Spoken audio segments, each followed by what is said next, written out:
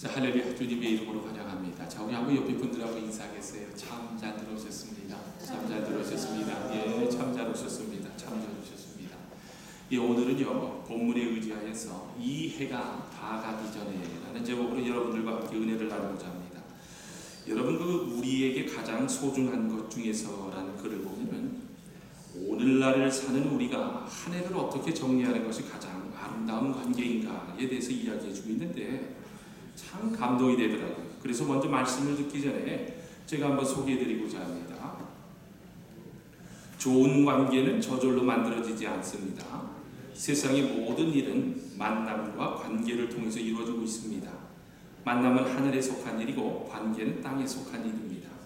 세상에는 하늘과 땅이 조화를 이루며 제자리를 지키고 있기 때문에 아름다운 자연이 있듯이 만남과 관계가 잘 조화된 사람의 인생은 아름답습니다. 만남에 대한 책임은 하늘에 있고 관계에 대한 책임은 사람에게 있습니다. 우리는 스스로에게 속한 관계의 책임을 다하기 위해 매일 만나는 사람들을 소중한 인격체로 인식해야 합니다. 따뜻한 관계, 아름다운 관계, 따뜻하고 아름다운 관계를 맺기 위해 수고하는 사람에게만 생겨나는 하나의 특징입니다.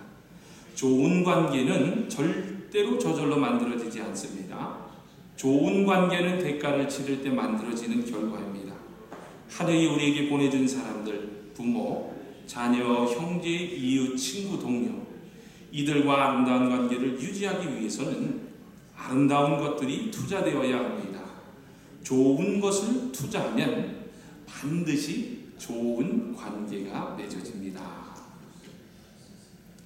그렇습니다, 여러분. 좋은 관계는요, 노력이 있어야 하고 대가를 치러야 하는 헌신이 있어야 하고 내가 십자가로 죽어져야 맺을 수 있는 관계입니다.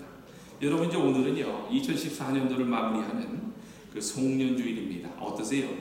여러분, 한 해를 정리하면서 과연 내가 좋은 관계, 다시 말해서 위로는 하나님의 관계와 옆으로는 이웃과의 관계를 잘 맺고 살아왔는가에 대한 성도로서의 그 한 해의 끝자락을 여러분 잘 정리해야 하지 않겠습니까? 여러분, 보니까 인생에는요 다 때가 있다고 합니다. 그래서 날 때가 있고 죽을 때가 있다고 합니다. 시작할 때가 있고 끝날 때가 있다고 합니다. 그래서 우리 좋으신 하나님께서는요 내가 곧 알파와 오메가라며 시작과 끝이라고 하지 않습니까? 그런데 성경은 놀랍게도요 이 시작과 끝을 아는 사람들을 뭐라고 부르는지 아세요? 지혜자. 이 시작과 끝을 아는 사람들을 지혜자라고 부른다고 합니다. 여러분, 마태복음 24장을 보면 다들 잘 아실 겁니다. 마태복음 24장을 보니까 말세장이라고 부르는데 세상 끝날에는 이런 징조들이 있을 것이라고 마지막 때를 잘 준비해야 한다며 지혜로운 종들은, 지혜로운 성도들은 마지막 때에 필요한 복음을 전하고 성도들을 깨우고 준비시켜 주님의 강림의 때에 천국에서 치러질 어른 양 혼인잔치에 참여하도록 믿음을 끝까지 지키는 자들이라고 합니다. 너무나도 옳은 말씀인 줄 압니다. 이처럼 때를 나는 것이 지혜자여 슬기로운 자입니다. 여러분, 지금이 어느 때입니까? 여러분, 시간으로 보니까요 한 해의 마지막 달인 12월 달입니다. 그러면서 동시에 한 해의 마지막 달인 12월을 마무리하는 마지막 달의 첫 주간이라는 거예요. 아울러 여러분, 오늘날의 세대를 보아도요 말세의 때가 아닌가라고 착각될 정도로 예수님의 이름을 믿는다는 이유 때문에요 크리스찬들이 15분마다 순교를 당하고 있다고 합니다. 여러분, 또한 IS라는 그 이슬람 테러 집단은요 이 사람들의 목적이 뭔가 하면 이 시대가 말세의 때로서 알라가 위대하고 알라가 우리를 구원할 구원주라며 전 세계에 있는 종교들을 청소해버리겠다라고 기독교인들을 죽이며 학대하고 끔찍한 만행을 저지르고 있습니다.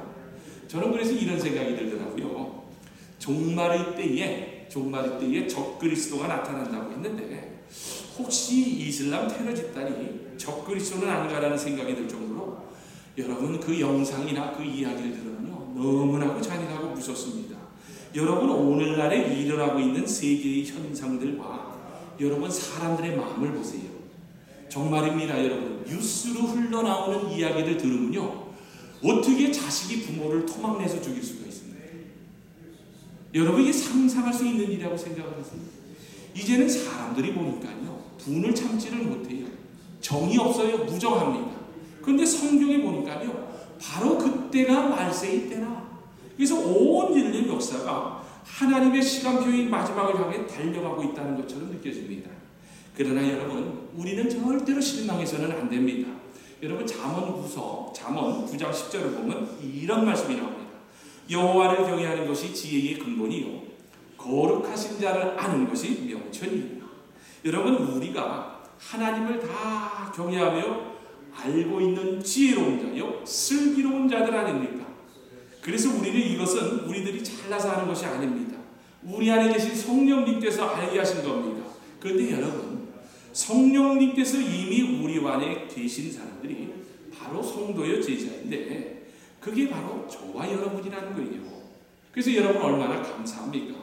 그러므로 진정으로 거듭난 그리스도인이라면 모든 것이 마지막을 향해 달려가고 있다는 종말론적 신앙만을 갖고 날마다 십자가로 자신은 치는 삶을 살아야 합니다. 여러분 동쪽에서 뜬 해는 보니까요 반드시 서쪽으로 집니다. 마찬가지로 보니까 시간은요 흘러갑니다.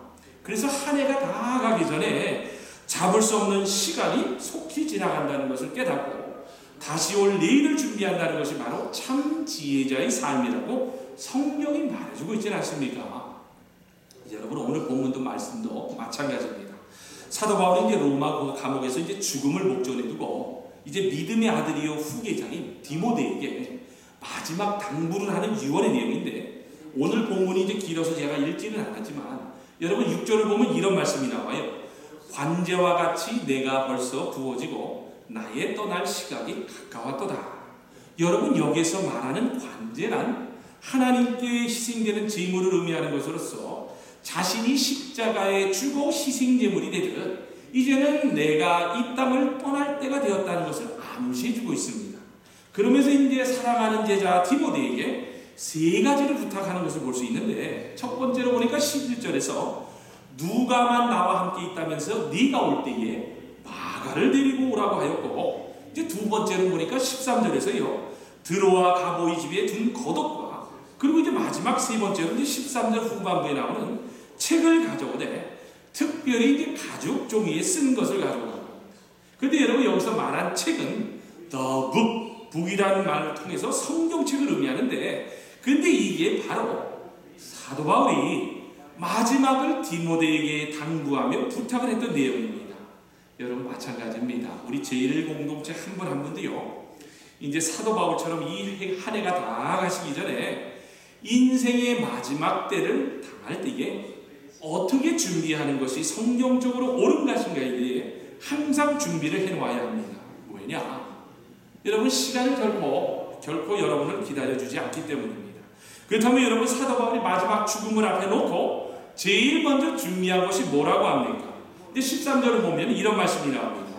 네가 올 때에 내가 드로아 가보이 집에 둔 겉옷을 가지고 오고. 여러분 사도 바울이 지금 디모데에게 뭘 가져오라고 합니까? 겉옷을 가져오라고 합니다. 겉옷. 그런데 여러분 이미 앞에서도 말씀드렸지만 사도 바울이 지금 어떤 처지에 놓여 있다라고 했습니까? 복음을 전하다가 잡혀서 이제 로마 감옥의 지하에 구금되어 있는 상태였는데 여러분 지금은 교도소가 많이 좋아졌지만 지금부터 2000년 전이니까 여러분 얼마나 어려운 환경이었겠어요. 여러분 또 나이가 들면 보니까요 손발 끝이 바람이 된다는 겁니다. 또 사도 바울이 젊은 시절에는 하도 많은 매를 맞고 감옥 생활도 여러 번 해서요 몸도 많이 약해졌는데 아마도 차가운 지하 감옥 생활이 쉽지가 않았을 거예요. 그래서 보니까 사도 바울이 겨울이 오기 전에 갑옷을 가지고 오라고 부탁을 했던 건 아니겠어요? 그러나 물론 우리는 이런 좋은 곳에 살면서 우리가 감옥을 갈 일은 없겠지만 여러분 성도요 제자라면 반드시 알아야 할 것이 하나 있는데 그게 바로 천국에 들어가려면 반드시 두 벌의 옷이 준비되어 있어야 한다는 겁니다. 여러분 이 말씀이 이사야 61장 10절에 보면 이런 내용이 나옵니다. 내가 여호와로 말미암아 크게 기뻐하며 내 영혼이 나의 하나님으로 말미암아 즐거워하나니 이는 그가 구원의 옷을 내게 입히시며 공의의 갑옷을 내게 더하심이 신랑이 사모를 쓰며 신부가 자기 보석으로 단장함과 같게 하셨습니다. 여러분, 지금 이사야 선지자가 뭐라고 합니까? 주님께서 구원의 옷을 내게 입히시고 아울러 공의의 겉옷을 내게 더하심이라고 하면서요, 성도요 제자라고 하면 두 벌의 옷이 필요하다고 하는데, 하나는 예수 그리스도를 믿음으로 말미암아 구원받은 자들이 입는 구원의 옷이고, 그리고 그 위에 겉옷이 하나 더 있는데, 누가 보더라도 아름답고 공의로운 올바른 생활을 하고 착한 행실로 순호하신 의의 옷이라고 합니다. 그런데 여러분, 놀랍지 않습니까? 그 말씀이 동일하게 계시록 19장 8절에 기록되어 있는데, 제가 읽어드립니다. 그에게 허락하사 빛나고 깨끗한 세마포를 입게 하셨은즉 이 세마포는 성도들의 옳은 행실이로라. 여러분 보세요. 주님께서 강림하실 종말의 때에도 보니까 어린 양 혼인의 잔치의 때에 거룩한 예수님의 신부들이 입을 빛나고 하얀 세마포 옷이 바로 성도들의 옳은 행실을 통해 주어진다고 합니다. 여러분, 고대로부터 옷은 신분을 상징합니다. 그래서 왕과 왕비가 입는 옷이 따로 있고 신하들이 입는 옷이 달랐습니다. 그것처럼 예수를 믿어 겨우 구원을 받은 신자들이 입는 옷이 있는가 하면요, 예수님과 함께 영광을 누릴 어린 양의 신부, 다른 말로 하면 왕권을 누릴 성도들이 입는 옷이 다르다는 거예요. 사랑하는 제일공동체 여러분, 주님의 이름으로 부탁을 드립니다. 이 한 해가 다 가기 전에 나의 행실을 통해서 하나님의 영광을 가린 것이 혹이라도 있다면 이 시간에 예수님의 이름으로 다 정리하시기를 바랍니다. 나의 행실을 통해 행여라도 다른 사람들을 실족하거나 상처를 준 것이 있다면 올 한 해가 다 가기 전에 성도의 거룩한 세마포를 입도록 예수님의 이름으로 회개하시기를 바랍니다. 여러분, 참 성도여 제자라면 누가 보든지 올바른 행실, 누구 앞에서든지 진실된 마음으로 행동하되 인자가 가득한 행동을 할 때 주어지는 옷을 입어야 한다는 겁니다. 여러분, 빛 대신 예수님을 만나려면요, 그런 빛나는 행실로 온전히 덧입는 생활을 해야 합니다. 그게 바로 성도의 옳은 행실이라는 거예요. 여러분, 주님의 핏값으로 구원받은 성도는요, 더 이상 어둠의 자녀가 아니요 빛의 자녀인 겁니다. 그래서 에베소서 5장 8절에서 9절까지를 보면 이런 말씀이 나옵니다. 너희가 어둠이더니 이제는 주 안에서 빛이라. 빛의 자녀들처럼 행하라. 빛의 열매는 모든 착함과 의로움과 진실함에 있느니라. 여러분, 지금 사도 바울이 뭐라고 합니까? 전에는 너희가 어둠이었으나 지금은 주님 안에서 빛으로서 빛의 자녀답게 살라고 합니다. 그런데 여러분, 그 다음이 더 중요해요. 여러분이 빛의 자녀로서 열매를 맺으려면 어떠해야 한다라고 하는 줄 아세요? 바로 모든 선과 의와 진실함이 있다라는 겁니다. 그러므로 제1공동체 한 분 한 분은 잘 아셔야 합니다. 여러분, 천국에 가도 주님을 만나고 주님과 함께 예루살렘 성 안에 살려면요, 겨우 구원의 욕망 가지고는 안 됩니다. 거기에 한 가지 더가 있어야 하는데, 그것이 바로 빛나고 깨끗한 세마포, 즉 모든 착함과 의로움과 진실함으로 가득한 옷을 입어야 된다는 거예요. 여러분, 오늘날 교회를 보면은 내가 구원을 받았다라고 하지만 여러분, 한 해를 한번 이렇게 정리해 보세요. 과연 내가 세마포 옷을 입을 정도의 올바른 성도의 행실을 했는가? 여러분, 이 한 해를 가기 전에 꼭 그걸 정리하시기를 주님의 이름으로 부탁을 드립니다. 여러분, 두 번째로 이 한 해가 다 가기 전에 준비해야 할 것이 무엇이 있을까? 그런데 사도 바울은요, 그것을 바로 특별히 가죽 종이에 쓴 성경이었다라고 합니다. 여러분, 사도 바울은 자기가 세상을 떠날 때가 얼마 남지 않은 것을 알고 성경을 읽고 싶어서 가죽에다 쓴 것을 가지고 오라고 디모데에게 부탁을 합니다. 여러분도 잘 알다시피 사도 바울은 신약 성경의 3분의 2를 기록한 사람이었습니다. 그러니 그 내용을 얼마나 잘 알고 있겠어요. 그런데도 사도 바울은 자신의 기억만을 의지하지 않고 하나님의 말씀이 적혀있는 성경을 읽고 싶어 했다라고 합니다. 그런데 여러분 왜 그랬을 것 같습니까? 그렇습니다 여러분.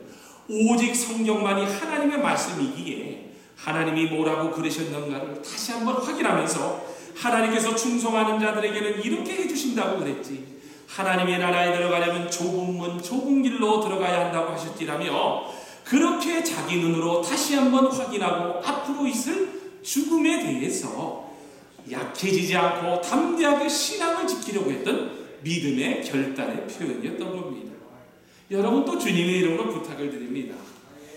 여러분 이제는 세상 것들은요 이제 조금만 끊으시고 여러분 이제는 하나님의 말씀을 다시 보시기를 바랍니다.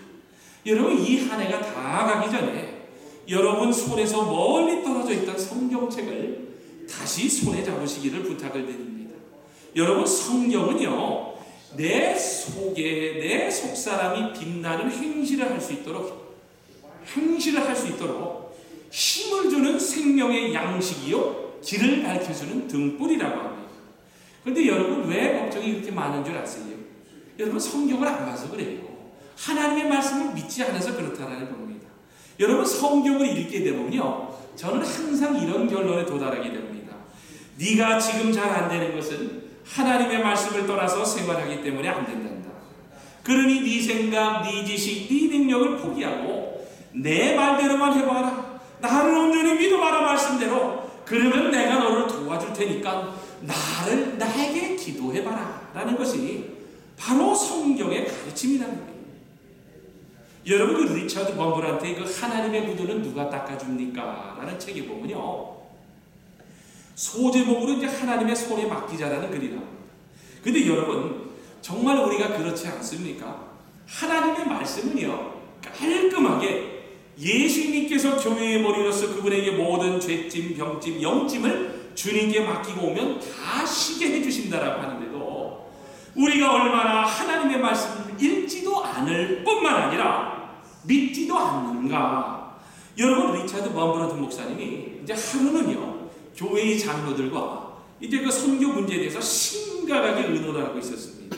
그런데 그때 당시 이제 6살쯤 되었던 그 아멜리라는 그 손녀딸이 옆에서 이렇게 이제 장난감을 갖고 놀고 있다가 갑자기 이제 자신의 말을 가로하면서 이렇게 묻더라는 거예요. 할아버지, 성경 어디에 문제라는 말이 나와요? 그래서 이 리처드 목사가 그래 내가 알기로 성경에는 그런 단어가 없단다 라고 하자.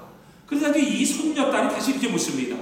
할아버지, 그런데 왜 여기 있는 사람들은 다 성경을 믿는 사람들인데 왜 조금 더 중요하지 않는 것에 대해서 그렇게 걱정들을 하고 계세요? 그 단어는 성경에도 나오지 않는다면서요. 그러면서 이 리처드 목사가 무언가 쿵 하고 얻어맞는 느낌과 함께 이런 깨달음을 얻었다고 합니다.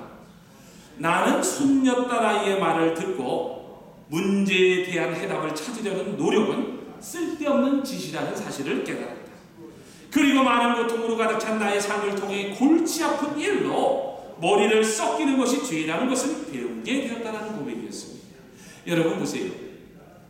성경을 보면 예수님은 교회의 머리이시고 믿는 우리는 몸이라고 분명하게 가르쳐주고 있습니다. 그래서 발도 팔도 두통을 앓을 수가 없는 일입니다. 두통을 앓을 수 있는 것은 오직 머리뿐입니다. 그런데 만약에 두통을 앓는 성도요 제자가 있다면 그렇다면 그 사람은 하나님의 말씀을 믿지 않고 머리 되시는 예수님의 자리를 빼앗으려고 하는 불순종의 신앙이라는 것을 우리가 알아야 한다는 거예요. 그것은 마치 예수님을 향해 보좌에서 내려오세요. 이제부터 내가 머리요 그것을 증명하려고 내가 두통을 앓고 있는 것과 똑같다라는 말씀인 겁니다. 여러분 우리가 이 땅을 살아가면서 왜 골치를 앓을 필요가 있습니까? 우리의 모든 것을 하나님의 손에 맡길 수 있는 성경의 가르침이 있는데 왜 굳이 말씀을 믿지 않고 불순종하여 오히려 두통을 앓고 있다면 여러분 그것은 말씀을 제대로 읽지 않고 믿지도 않는 불순종에서 왔다는 것을 알고 여러분 내 발에 등이요 빛이신 하나님의 말씀을 이 한 해가 다 가기 전에 다시 여러분 손에 붙드시기를 정말입니다. 여러분 주님의 이름으로 꼭 부탁을 드립니다. 여러분, 마지막 세 번째로 이 한 해가 다 가기 전에 여러분 준비해야 할 것이 또 무엇이 있다라고 합니다. 그런데 사도 바울은 보니까요, 그것을 마가를 데리고 오라는 부탁이었다고 합니다. 여러분, 마가가 어떤 인물인지 다들 잘 아시지 않습니까? 디모데가 바울의 사도의 비서요 아들격이었다면 마가는 바나바 사도의 조카요 수행 비서격이었습니다. 이 바울 사도가 40대 그 젊은 시절 바나바와 같이 선교사로 임명받아 선교 여행을 떠날 때 마가를 데리고 갔었습니다. 그때 마가의 나이가 한 20대 초반이었다라고 하는데, 여러분, 선교 열정이 있어 데리고 갔지만 원래 이 마가가요 부잣집 아들이었고 고생을 모르고 자랐던 인물이었다고 합니다. 그래서 이제 선교를 하다가 보니까 너무 고생이 되니까 선교 여행 중 중간에 이제 보따리를 싸가지고 그냥 가버렸다고 합니다. 그리고 이제 두 번째 선교하러 갈 때 바나바가 마가를 또 데리고 가자고 이제 바울에게 이렇게 부탁을 하니까, 여러분, 바울도 보니까 얼마나 성격이 대단한 사람 아닙니까? 그래서 바울이 바나바가 이제 마가가 그때 일을 많이 후회하고 이번에는 그렇지 않겠다고 하니 한 번 데리고 가자고 했을 때 바울이 뭐라고 했느냐? 지난번에 봤지 않느냐? 얘는 싹수가 노란 애다. 그러니까 데리고 가면 안 된다 라며 바울과 바나바가 그만 그것 때문에 다투고 선교지를 따라져가고 떠나버렸습니다. 그런데 여러분, 세월이 약이라고 시간이 많이 흘렀습니다. 이제는 사도 바울도 자신의 죽음을 앞두고 흘러가는 시간을 잡을 수 없다는 것을 깨달았던 것 같습니다. 그러면서 내가 젊은 날 그때 너무 앞만 보고 달리다가 사람을 몰라보고 마가에게 큰 실수를 했었지라며 자신을 돌아볼 수 있는 인생의 마지막을 잘 준비하려고 했던 것 같습니다.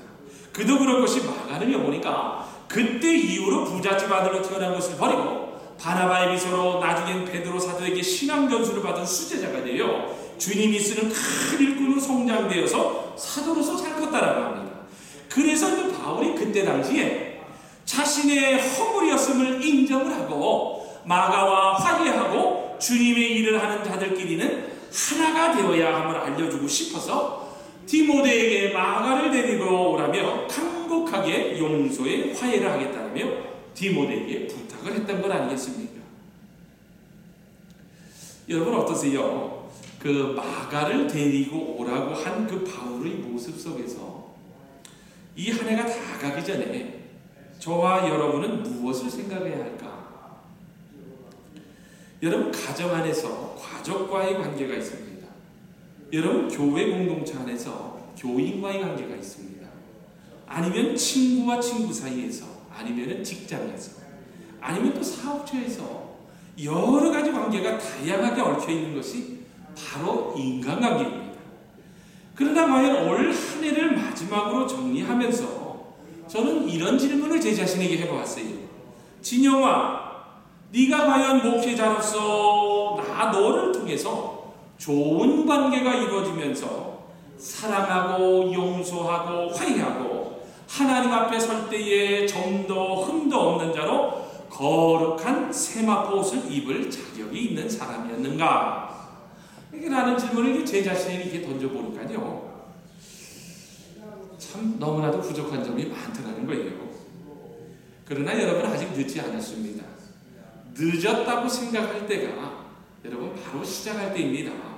이 한 해가 여러분 다 가기 전에 저와 여러분의 주위에서 좋은 관계가 아닌 껄끄러운 관계로 지내신 분들이 혹시라도 계신다면 여러분 믿음으로 결단하시고 기도한 후에 예수님의 이름으로 찾아가서 사도 바울처럼 용서의 화해를 구하시고 복을 이뤄주시기를 바랍니다. 여러분, 저는요 이번에 그 최풍자 권사님의 그 장례를 통해서 한 가지 깨달은 것이 있습니다. 과거에 그렇게 함께 신앙생활을 즐겁게 했던 분들이 그 이런저런 이유로 다 흩어졌다가 그 오랜만에 그 최 권사님의 장례식에서 뵙게 되면서 야, 얼마나 반갑고 기뻤던지.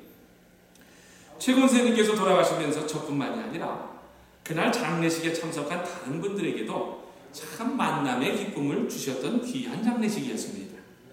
그런데 그것이 바로 오늘 제 설교의 제목인 이 한 해가 다 가기 전에라는 주제를 잡게 해준 동기가 되었다는 거예요. 여러분 보세요. 참 안타깝습니다. 여러분 뭐 그렇게 서로가 옳다며 주장을 하다가 다투고 갈라지고 서로 떨어져 보니 서로 떨어져 보니 이게 아니구나. 여러분 떨어져 보니까요. 아니 왜 그랬지? 우리가 왜 다퉜지? 이런 생각이 들더라고요. 그래서 저는 이런 생각이 들더라고요. 성도요 제자가 우리 특별히 제1공동체는 앞으로 목사가 특별하게 무슨 잘못을 하거나 하나님의 영광을 가리는 일이 있으면은 제가 알아서 그만두겠다라고 여러분들에게 약속을 드립니다. 정말입니다. 제가 먼저 그만둘 테니까 이제는 대신 우리 성도님들도 교회 안에서 이제는 다투거나 싸움을 하거나 나로 인해서 실족하는 사람을 여러분 만들지 말기를 바랍니다.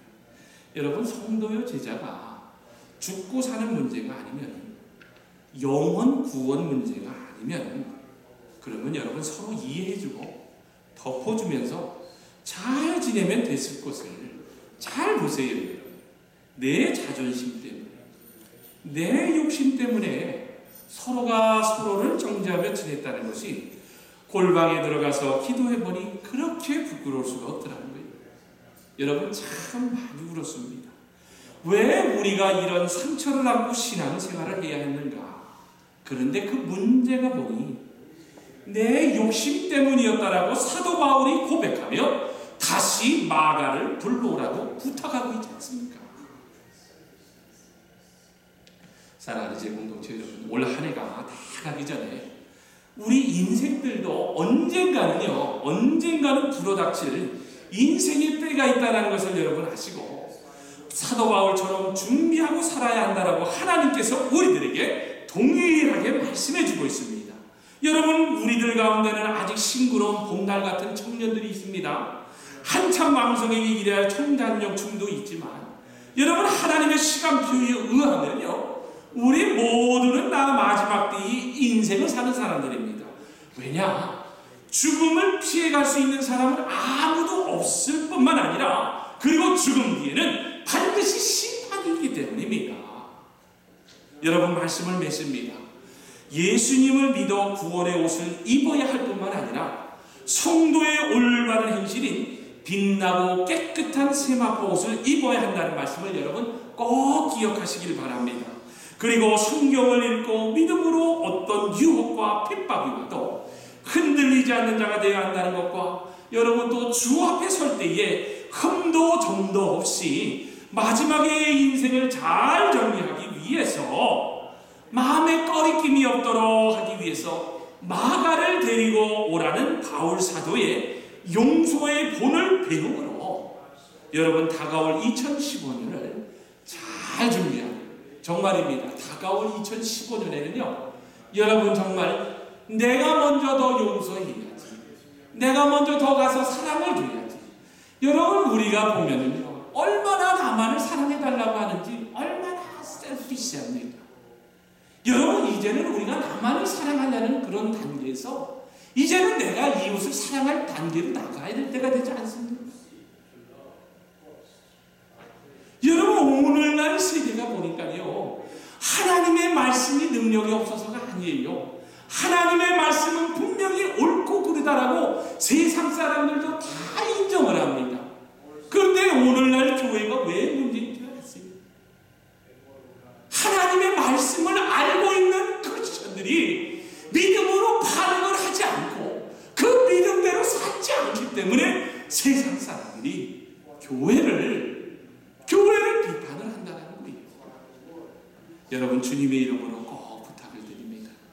이제 올 한 해 이렇게 다 잘 정리하셔서 다가올 정말 2015년에는요 내가 정말 거룩한 성도의 행실과 하나님의 말씀을 보면서 순종하면서 살면서 정말 나하고 원수로 지내는 것이 아니라 정말 용서와 사랑과 화해를 베풀므로 아버지와 정말 거룩한 공동체가 서로 돼갈 수 있도록 여러분 함께 전진해 갈 수 있는 저와 여러분 그리고 제1공동체가 되시기를 주님의 이름으로 부탁을 드립니다.